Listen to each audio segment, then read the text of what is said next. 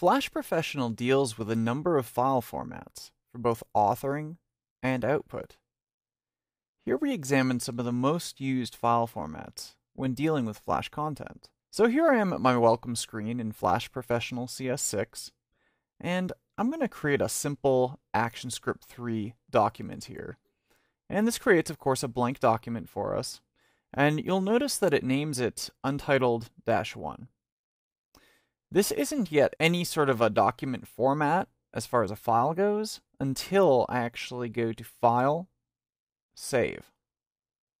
So when I do this, I can save this as an FLA, which is a Flash CS6 document. But I also have a number of other choices. I can also save it as an XFL. When I save my document as an XFL, it's going to save it in sort of an uncompressed format. When I save it as an FLA, that saves it as a compressed format. Now, this format, FLA, used to be just one big file, but now it's actually just pretty much a zipped version of the XFL file. So let's save it first as an FLA. And on my desktop, I'll just create a new folder so we can see how this appears. And we'll simply call it Formats. So when I go in here, I can save my doc.fla. And I'll also go in and save as my Flash CS6 uncompressed document, or an XFL file. Now let's open up that directory I just created and have a look and see exactly what's happened here, what Flash has produced for us. So in this FLA, this is just one file that we can use, and it's very portable and so forth. However, the XFL file is actually contained in this little directory here. Remember, this is uncompressed. So it has things like bin, a representation of our library, metadata, and here's the XFL document right here, and there's all sorts of little XML files that go along with that. So this is what happens if you save as XFL. When you save as FLA, you just get this one file. So I have this doc.fla here. This is just a compressed version of what I would have in the XFL file. So I can rename this to something like doc.zip. And then if I open that up, you can see the exact same structure here. And the FLA actually contains an XFL version of itself within there.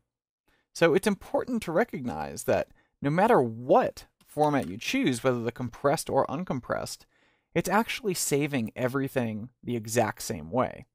So why would you want to do this uncompressed stuff instead of saving as an FLA?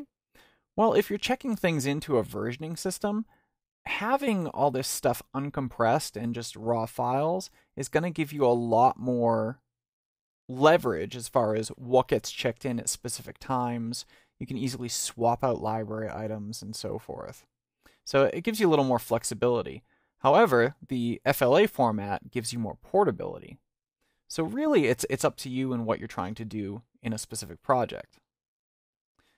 Returning to Flash Professional, you might have noticed when we go Save As that we actually have a number of other things we can save as well.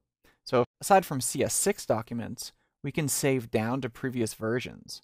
And we can save down to CS5.5 or to CS5 using Flash Professional CS6.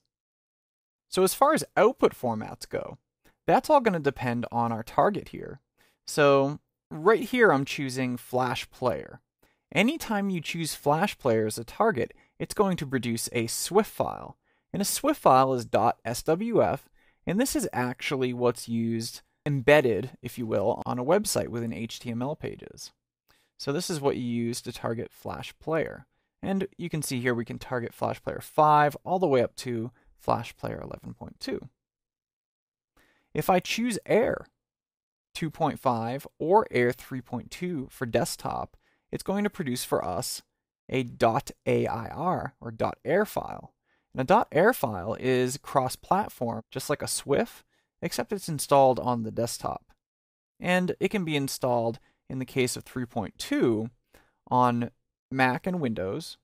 In the case of Air 2.5, you can target Mac, Windows, or Linux. If I choose Air 3.2 for Android, it will create an APK for us that we can install on an Android device. And if we choose Air 3.2 for iOS, it will create for us an IPA, which we can install on iOS devices. One more mention of a sort of common format is the projector format. And for this, we actually have to go into our publish settings. So let's do that now. And we can see here that there are an additional number of formats that we can choose. So I'm on Windows, so I would choose a Windows projector, but if you're on a Mac, you could choose Mac projector. And basically what this does, you can see here, is create an executable. This will bundle the actual Flash player along with your Swift file and create just one solid executable for that. So you'll have a little standalone movie that you can play, or a little application, and you won't necessarily be tied to the user needing Flash player on their machine in order to view your content. However, the executable is limited, the projector, because there are some things you can't do with it, and there are also a lot of restrictions, especially in corporate environments. They don't want you passing executables around all over their network usually.